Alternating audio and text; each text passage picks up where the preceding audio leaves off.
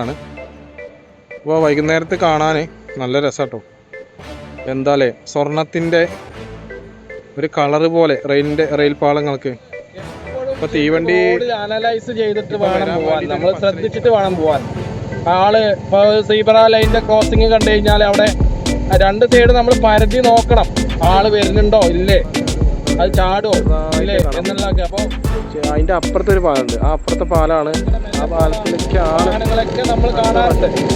അത് അറിയാഞ്ഞിട്ടോ പിന്നെ എന്താ പറയാ, അത് പിന്നെ ശരിയാക്കി എടുക്കാം എന്ന് കേട്ടിട്ടോ അല്ല അവർ പോണത്. എനിക്ക് അങ്ങനെ പോകണം എന്നുള്ളൊരൊറ്റ ചിന്തയാണത്. അപ്പോൾ ശരിക്കും ഇതിൽ പിന്നെ നമുക്ക് ഏറ്റവും കൂടുതൽ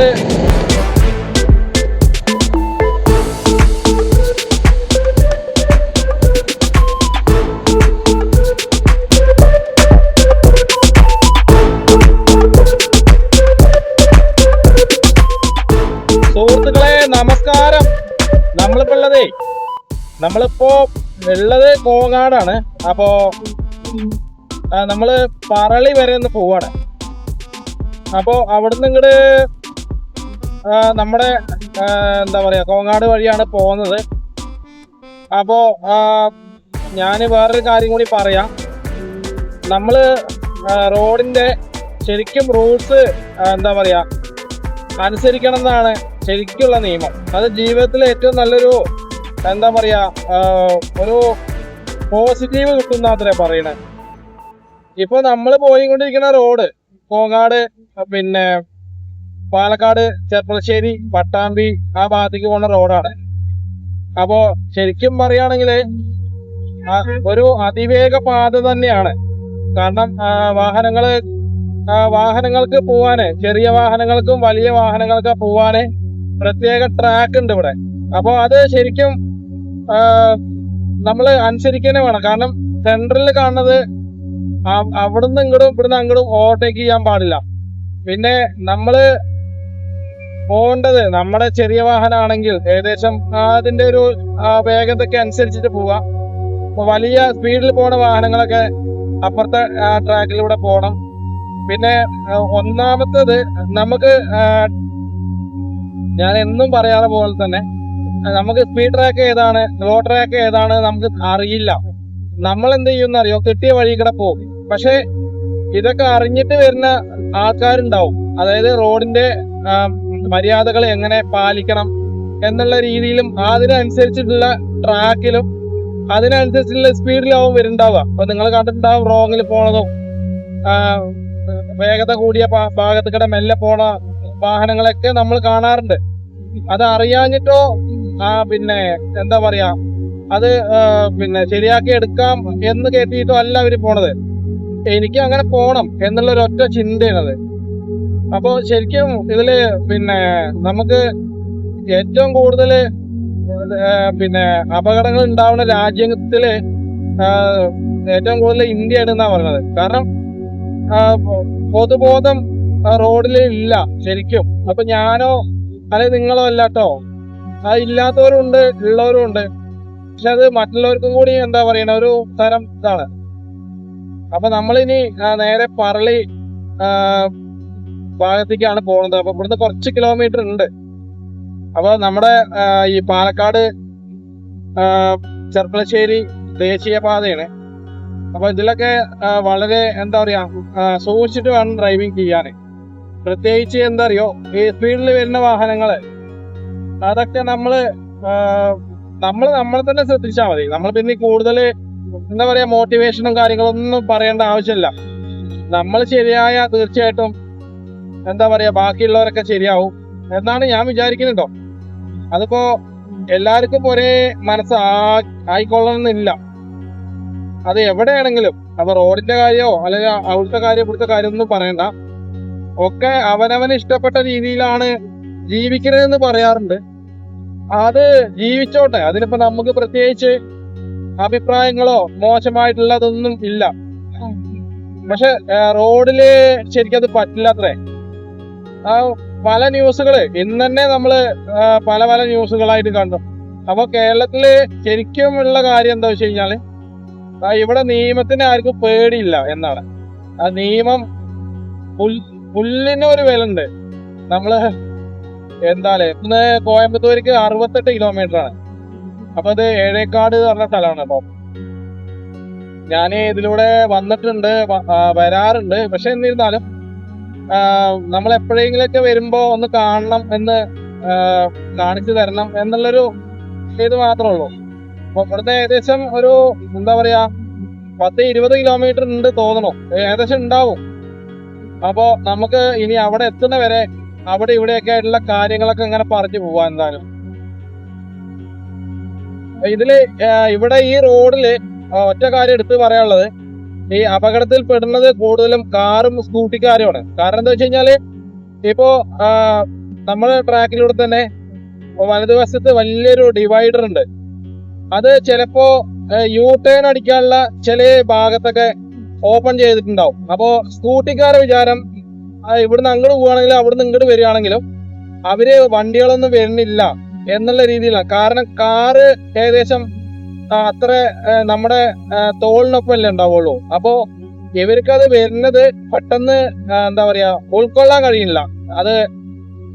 അതാണ് അല്ല കാറാണ് ഒരു വാഹനമാണ് എന്നുള്ള അവർക്ക് പെട്ടെന്ന് ഉൾക്കൊള്ളാൻ കഴിയാത്തതുകൊണ്ടായിരിക്കാം ഈ അപകടത്തിൽ പെടുന്നതും മരിക്കണതൊക്കെ. എനിക്ക് അങ്ങനെയാണ് തോന്നുന്നത്. എന്നിരുന്നാലും ഞാൻ ആദ്യം പറഞ്ഞ പോലെ നമ്മൾ കുറച്ചൊക്കെ നമ്മൾ ശ്രദ്ധിച്ചാല് എന്താ പറയാ ഒരുപാട് ആഗ്രഹങ്ങളുണ്ട് എന്നുള്ള പോകുമ്പോ നമ്മൾ പറഞ്ഞു എന്ന് മാത്രം. പിന്നെ അതേപോലെ തന്നെ ഇതപ്പോ 2-3 വാഹനങ്ങള് ചീറിപ്പാഞ്ഞു പോയി. അത് സ്പീഡ് ട്രാക്കാണ്. അപ്പൊ നമ്മളവിടെ നമ്മൾ ശരിക്കും ചെറിയ വാഹനമാണെങ്കിൽ ബൈക്ക് ആയിക്കോട്ടെ, ഇനി ഓട്ടോറിക്ഷ ആയിക്കോട്ടെ, ഇനി അതേപോലെ ഗുഡ്സ് ആയിക്കോട്ടെ, ഇത് ചീറിപ്പാഞ്ഞു പോവാണ്. ചിലപ്പോ 100-ലാവും, ചിലപ്പോ 80-ലാവും, ഒന്നും പറയാൻ പറ്റില്ല. അപ്പൊ അതിന്റെ വേഗത കൊണ്ട് വരുന്ന കാറ്റ് നമ്മുടെ എന്താ പറയാ അപ്പുറത്തേക്കോ ഇപ്പുറത്തേക്കോ ഒന്ന് വൈബ്രേഷൻ ചെയ്യിപ്പിക്കും. അപ്പൊ നമ്മള് ബൈക്കിൽ പോകുന്ന ആൾക്കാരാണെങ്കിൽ നമുക്ക് ബാലൻസ് തെറ്റിയിട്ട് ആ വാഹനത്തിന്റെ ഇടയിൽ പോയി വീഴാനുള്ള മരിക്കാനുള്ള സാഹചര്യം ഇഷ്ടംപോലെ ഉണ്ട്. അപ്പൊ നമ്മളൊക്കെ മരിക്കാനിപ്പോ കാരണമൊന്നും വേണ്ട. എന്നിരുന്നാലും നമ്മൾ നമ്മളെ തന്നെ ശ്രദ്ധിച്ചിട്ട് കൈകാര്യം ചെയ്ത് പോവാ, അത്ര തന്നെ.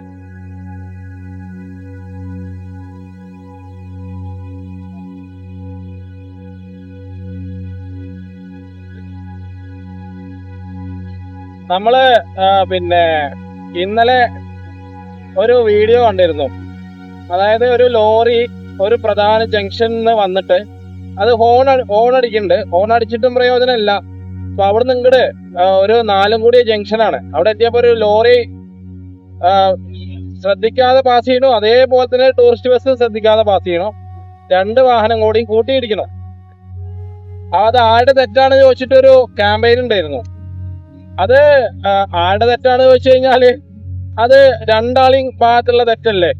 നമ്മളിപ്പോ 4 കൂടി ഒരു ജംഗ്ഷനിൽ എത്തുമ്പോ നമുക്കൊന്ന് ബ്രേക്ക് ചവിട്ടി നിർത്തിയാൽ എന്താണ്, രാത്രി ആയാലും പകലായാലും നമ്മളൊക്കെ ശ്രദ്ധിക്കേണ്ട ഒരുപാട് എന്താ പറയാ തെറ്റായ കാര്യങ്ങളും ശരിയായ കാര്യങ്ങളൊക്കെ നമ്മള് ഓരോ ആൾക്കാരും ഓരോ വീഡിയോയിലൂടെ അല്ലെങ്കിൽ ഓരോ കാര്യത്തിലൂടെ നമുക്ക് പറഞ്ഞ് കേൾപ്പിച്ചു തരാറുണ്ട്. പക്ഷെ എന്നാലും നമ്മളത് എന്താ പറയാ സെക്കൻഡ് കൊണ്ട് മറന്നു പോവാണ്. അപ്പൊ നമ്മൾ സെക്കൻഡ് കൊണ്ട് മറന്നു പോകുമ്പോ നമ്മളിപ്പോ ഇരുന്നിട്ടാണ് നമ്മൾ വാഹനം ഓടിക്കണേ.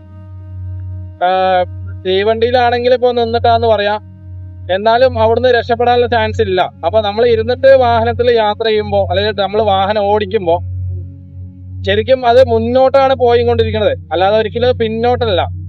അപ്പൊ നമ്മള് ചിന്തിക്കേണ്ടത് ഒരു കിലോമീറ്റർ ഒരു വാഹനം വേഗത എടുക്കണമെങ്കിൽ നമ്മുടെ കണ്ണുകള് എപ്പോഴും ശരിക്കും റോഡിൽ അനലൈസ് ചെയ്തിട്ട് വേണം പോവാൻ, നമ്മൾ ശ്രദ്ധിച്ചിട്ട് വേണം പോവാൻ.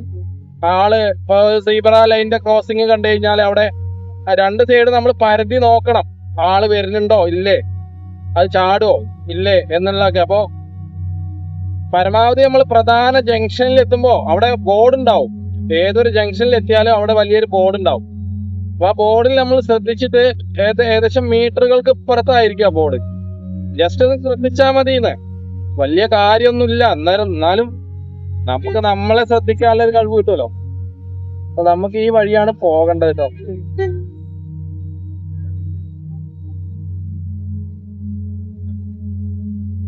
അപ്പോ ഇത് നേരെ എന്താ പറയാ നമ്മുടെ പറളി റെയിൽവേ ജംഗ്ഷൻ, ആ പാലത്തിന്റെ അവിടേക്കുള്ള റോഡാണ്.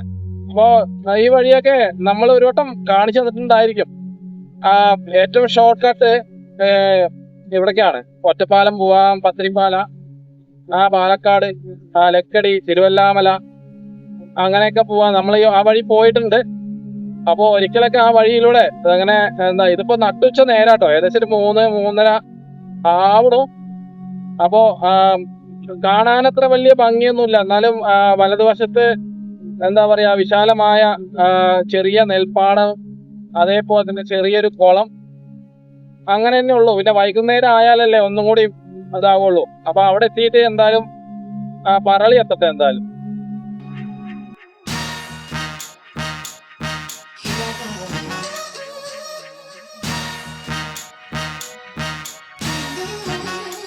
അപ്പൊ നമ്മളങ്ങനെ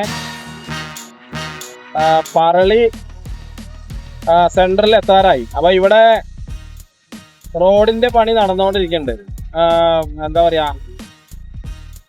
ഡ്രൈനേജിന്റെ വർക്കാണ്. ആ പണി മെല്ലെ മെല്ലെ എടുക്കണുള്ളൂ തോന്നുന്നുണ്ട്.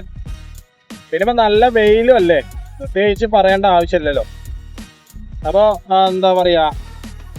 പറളി ഇവിടെ റെയിൽവേ സ്റ്റേഷനും അതേപോലെ തന്നെ അവിടുത്തെ കഥകളും കാര്യങ്ങളൊക്കെ ഉണ്ടല്ലേ. അപ്പൊ ആ സ്റ്റേഷന്റെ ചെറിയൊരു മുഖം തന്നെ ഈ റോഡിൽ നിന്ന് കാണാൻ പറ്റുന്നുണ്ട്. മറ്റേത് കാണാനത്ര ഭംഗിയുണ്ടായിരുന്നില്ല. അപ്പൊ ഒന്നും കൂടി അടിപൊളി ആക്കാൻ തോന്നുന്നുണ്ട്. അപ്പൊ എന്തായാലും ഈ നട്ടുച്ചയ്ക്കൊന്നും ട്രെയിൻ ഉണ്ടാവാൻ ചാൻസ് ഇല്ല. അപ്പോ ഇവിടെ പണികൾ നടന്നുകൊണ്ടിരിക്കുകയാണ്. എന്തായാലും നമ്മളങ്ങനെ നമ്മുടെ പറളി ജംഗ്ഷനിലെത്തി. അപ്പൊ ഇവിടെ റെയിൽവേന്റെ ആ ഭാഗത്തു നിന്ന് ഇങ്ങോട്ട് കുറച്ചൊക്കെ മൊത്തത്തില് മാലിന്യങ്ങൾ തള്ളിയിരിക്കുകയാണ് മൊത്തത്തില്. അപ്പോ ഇടതുവശത്തേക്ക് നേരെ പാലക്കാടും, വലതുവശം ഒറ്റപ്പാലം, ചെർപ്പളശ്ശേരി, പട്ടാമ്പി, കോഴിക്കോട്, എങ്ങനെ വേണമെങ്കിലും പോവാം. അപ്പൊ പിന്നെ ചൊവ്വാഴ്ചയാണ്. ചൊവ്വാഴ്ചയിൽ ഇപ്പൊ കാര്യമായിട്ട് ആൾക്കാരൊക്കെ പൊതുനിരത്തിൽ ഇപ്പൊ ആളുകളെ കാണാനില്ലല്ലോ, കൂടുതലും വാഹനങ്ങളാണുള്ളത്. അത് പിന്നെ നമുക്ക് അറിയാത്ത കാര്യം തന്നെയാണ്. അപ്പൊ നമ്മുടെ പറളി പാലം ഒന്നുകൂടി ശരിക്കും ഇതൊക്കെ ഒരു പഴയ ആ ഓർമ്മയായിട്ടൊക്കെ നിലനിർത്തണം. ഒരു പ്രത്യേക കളറായിട്ട് ശരിക്കും കൊണ്ടുവരണം. ഇതൊക്കെ ശരിക്കും ഈ പറളി എന്നൊക്കെ പറയുമ്പോൾ ഈ പണ്ടത്തെ പാലക്കാടിന്റെ ഒരു നാഗരിക ആയിട്ടുള്ള ഒരു സംഭവം കൂടി നമ്മുടെ ഈ പറളി ഉണ്ട്. റെയിൽവേ സ്റ്റേഷനിൽ നമുക്ക് പോകണം തീർച്ചയായിട്ടും. അവിടെ പറളി പാലത്തുകടയൊക്കെ നമ്മൾ വന്നിട്ടുണ്ടായിരുന്നു. അപ്പുറത്തെ പറളി പാലത്തിന്റെ പഴയത് ഉച്ച ചെയ്തോണ്ടേ വലിയ ഇൻട്രസ്റ്റ് ഇല്ല. അപ്പൊ നമുക്ക് ഇനി തിരിച്ചു പോവല്ലോ. തിരിച്ചു പോകുമ്പോ നമുക്ക് പറളീനെ കൂടുതൽ പരിചയപ്പെട്ടിട്ട് പോണം. അപ്പൊ ഇന്നിപ്പോ നമ്മൾ പോണത് ആകെ ആകെ ആകെ ചലേ അല്ല, ഓരോ ആൾക്കാര് ഓരോ രീതിയിൽ ഇങ്ങനെ ഓരോ വീഡിയോയിലൊക്കെ ഇങ്ങനെ ഭ്രാന്ത് വിളിച്ച് പറയുന്നതാണ്. കൂടുതലും ഇന്നിപ്പോ ഏതൊരു സീരിയൽ നടി പിന്നെ ഒരു വീഡിയോ ആയിട്ട് വന്നിട്ടുണ്ടായിരുന്നു. അവർക്ക് ദ്രോഹിക്കുകയാണ്, അവരുടെ കുടുംബത്തെ കുറിച്ചിട്ടുള്ള കാര്യങ്ങളാണെന്നൊക്കെ പറഞ്ഞിട്ട് ഇങ്ങനെ വന്നിട്ടുണ്ടായിരുന്നു. അതിന്റെ സത്യാവസ്ഥ എന്താന്ന് പറയാനോ ഇല്ല അറിയാനോ പറ്റിയിട്ടില്ല. ഇനിയിപ്പോ അതും ഇതേപോലെ ചില ആൾക്കാരിൽ കമന്റ് ഇട്ടിട്ടുണ്ട്. പിന്നെ സീരിയൽ കിട്ടാതെ ആകുമ്പോ വീഡിയോ ആയിട്ട് ഓരോ ആൾക്കാരിങ്ങനെ ഇറങ്ങും എന്നൊക്കെ പറഞ്ഞിട്ട്, അതിപ്പോ നമ്മളിപ്പോ എന്ത് ചെയ്താലും ഒരു നെഗറ്റീവ് ഉണ്ടാവണം ഏതെങ്കിലും. കാരണം ഒരു കീടാണു ഇല്ലാതെ നമ്മുടെ ശരീരം വർക്ക് ചെയ്യില്ലത്രേ. നമ്മളെ എല്ലാം ഒരു ഒരു വൈറസ് നമ്മുടെ ശരീരത്തിൽ ഉണ്ടാവുന്ന പറയണേ. ആ വൈറസ് ഇല്ലെങ്കിൽ നമ്മൾ ജീവനോടല്ല. അപ്പോ ഒക്കെ പോസിറ്റീവ് ആവണമെന്ന് ഒരിക്കലും നിങ്ങൾ വിചാരിക്കരുത്. ഞാൻ പറയണത് പോസിറ്റീവാണ്, ഞാൻ ചെയ്യണ പോസിറ്റീവാണ്, ഒരിക്കലും അങ്ങനെ വിചാരിക്കേ ചെയ്യരുത്. ഒക്കെ 100 ഉണ്ടെങ്കിൽ അതിന് 50 ഉണ്ടാവും. 50 ഉണ്ടെങ്കിൽ അതിന് 25 ഉണ്ടാവും. അപ്പോ അത് കൂടുകയും ചെയ്യും കുറയുകയും ചെയ്യും. അപ്പൊ അതൊക്കെ എന്താ വെച്ച് കഴിഞ്ഞാൽ ഇത് തന്നെയാണ് ലോകം. നമുക്കിപ്പോ ഒരാളെ ഇപ്പൊ ഈ സർക്കാരിന്റെ കാര്യം പറയേണ്ട ആവശ്യമില്ലല്ലോ. ഓരോ രീതിയിൽ മോശപ്പെട്ട അവസ്ഥയാണ് ഒരാൾക്കാര് എന്താ പറയാ പറഞ്ഞുകൊണ്ടേ ഇരിക്കണത്. കാരണം എന്താണ് ഓരോ നാട്ടിലും ഒരു ലോകത്തും നടക്കാത്ത കാര്യങ്ങളൊക്കെയാണ് ഇവിടെ നടന്നുകൊണ്ടിരിക്കുന്നത്. അതിൽ അനുവാദം കൊടുക്കുന്നത്. ഞാൻ ഇന്നലെ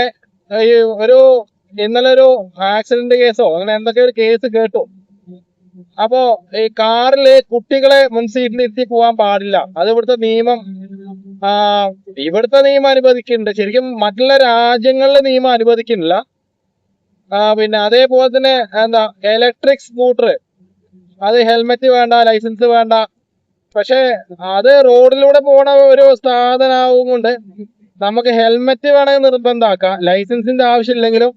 പക്ഷെ എന്നിരുന്നാലും ആ ലൈസൻസ് ഇല്ല എന്ന് പറയുമ്പോൾ അവനവന്റെ ഇഷ്ടത്തിനുള്ള രീതിയിലാവും ഓടിക്കുക. മറ്റുള്ളവർക്ക് അപകടത്തിൽ വന്നാല് അത് ഏത് രീതിയിലാവും എങ്ങനെയാവും ഒന്നും പറയാൻ കഴിയില്ല. ഇൻഷുറിന്റെ കാര്യം ആണെങ്കിലും അല്ലെങ്കിലും. അപ്പോ ഒക്കെ നമ്മുടെ നാട്ടില് തെറ്റായ മാർഗത്തിലൂടെയാണ് പോണത്. ശരിക്കും അങ്ങനെ പോയാലാണ് ഇന്ന് നമുക്ക് എന്താ പറയാ വൈറലാവാൻ കഴിയുള്ളൂ. അല്ലാതെ ഒന്നും നമ്മള് വൈറലാവില്ല കേട്ടോ.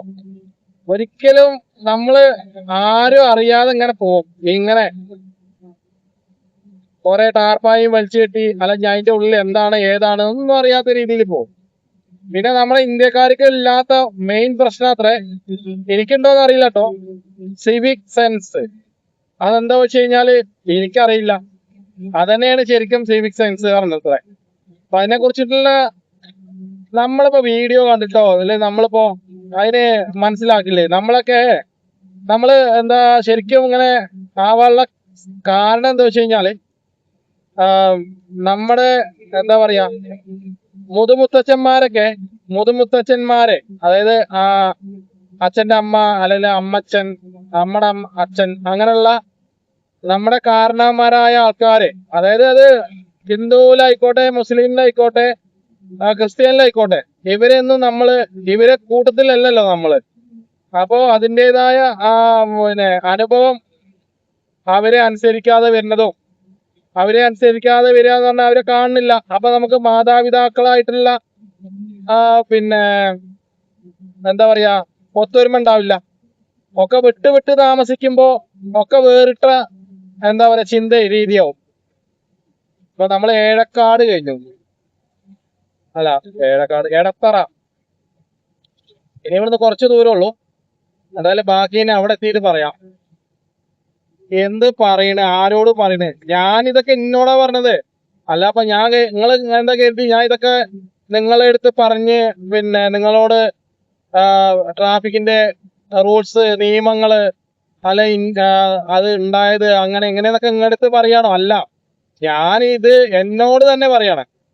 അല്ലാതെ വേറെ ആരാ കേൾക്കാനുള്ളത്? ഞാന് ഇങ്ങനെ പറയുമ്പോ ഞാൻ ചിലപ്പോ കേൾക്കും. അപ്പൊ ചിലപ്പോ എന്തെങ്കിലുമൊക്കെ ഒരു കാര്യം കിട്ടുന്നേ.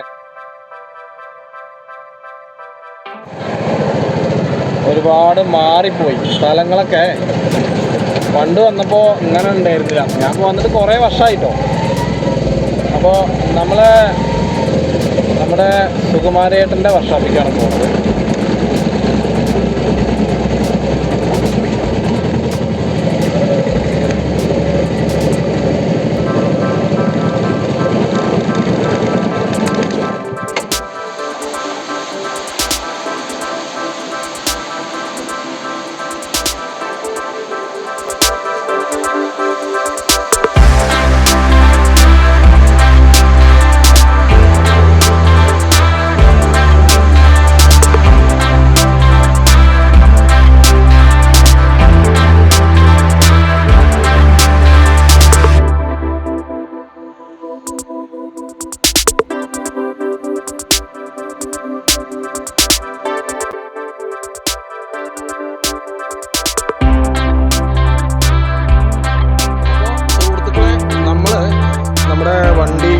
സുകുമാരേട്ടൻ്റെ വർക്ക്ഷോപ്പ് കൊണ്ടിട്ടിട്ട് നേരെ നമ്മൾ വണ്ടി സർവീസിന് പോയി.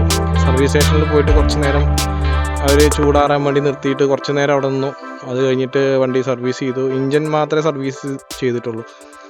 അപ്പോൾ അതൊക്കെ കഴിഞ്ഞു. പക്ഷേ ഇപ്പോൾ ഏതൊരാളും ഞാൻ കുറ്റം പറയല്ല, സർവീസ് ചെയ്തത് മോശം എന്നല്ല, കാര്യമായിട്ടുള്ളൊരു എന്താ പറയുക സിവിക് സെൻസ് വൃത്തിയില്ല.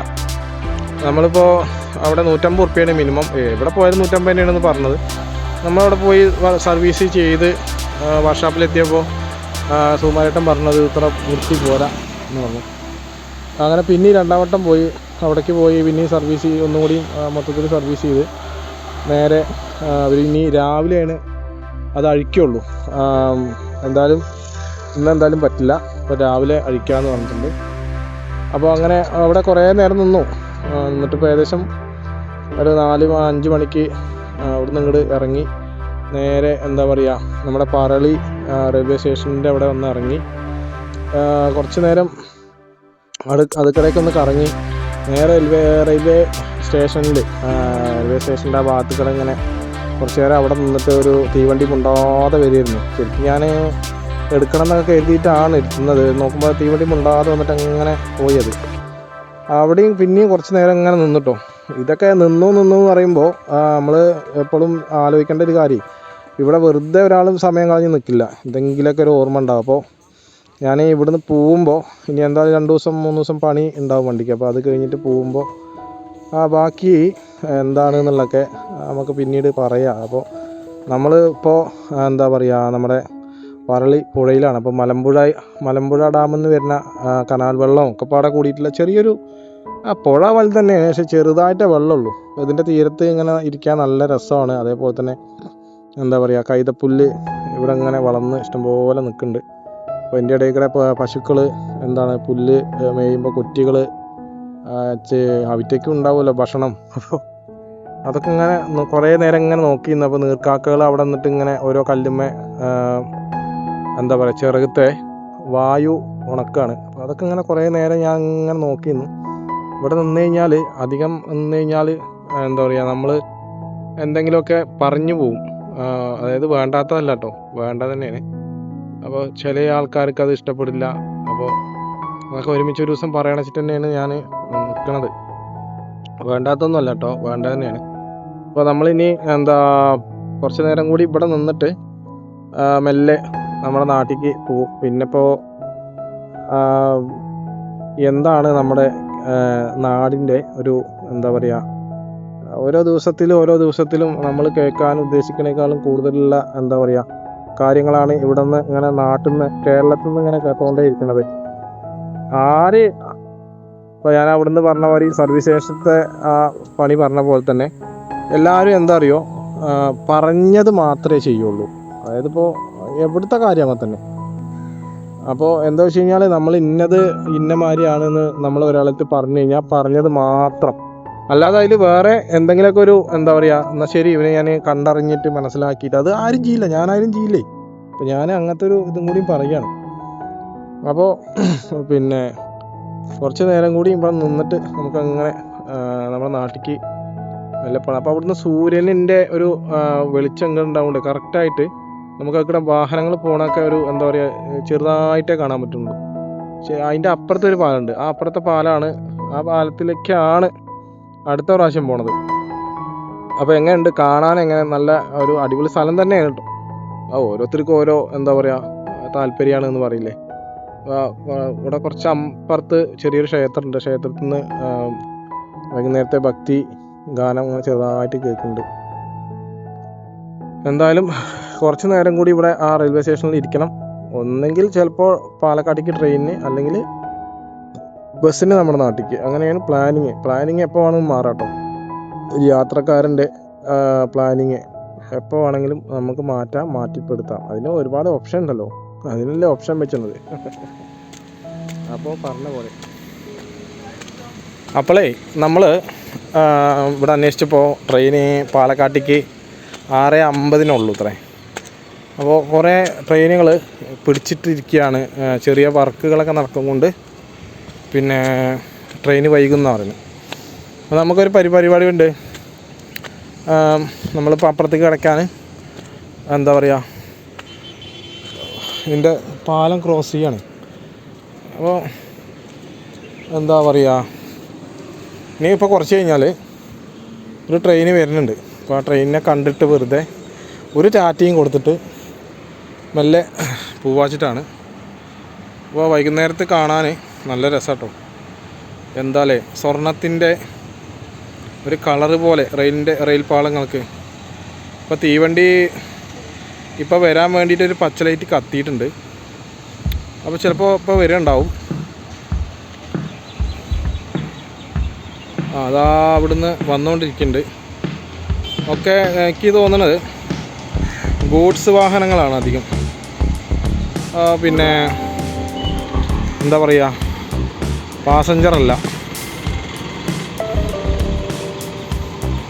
അതിന് പാസഞ്ചർ ആണോയെന്ന് അറിയില്ല കേട്ടോ. അവിടെ നിർത്താതെ പോണ വണ്ടിയാണെങ്കിൽ അത് തീവണ്ടി തന്നെയാണ്. താഴത്ത് നിൽക്കുകയാണെങ്കിൽ തീർച്ചയായിട്ടും ചങ്ങായി ഹോൺ അടിച്ച് തന്നേന്നു.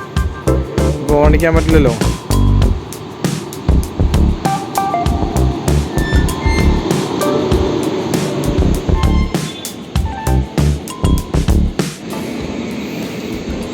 അപ്പോൾ നമ്മളങ്ങനെ എന്താ പറയുക, നമ്മുടെ നാട്ടിലേക്ക് പോവാണ്. ഞാൻ തീവണ്ടിക്ക് പോയി കഴിഞ്ഞാൽ നല്ലൊരു എന്താ പറയുക, അല്ലാത്തൊരു എക്സ്പീരിയൻസ് കൂടി കിട്ടുമെന്ന് കരുതിയിട്ടാണ് നോക്കുമ്പോൾ നമുക്കിനി പിന്നീട് ഒരു ദിവസം ആകാമെന്ന്.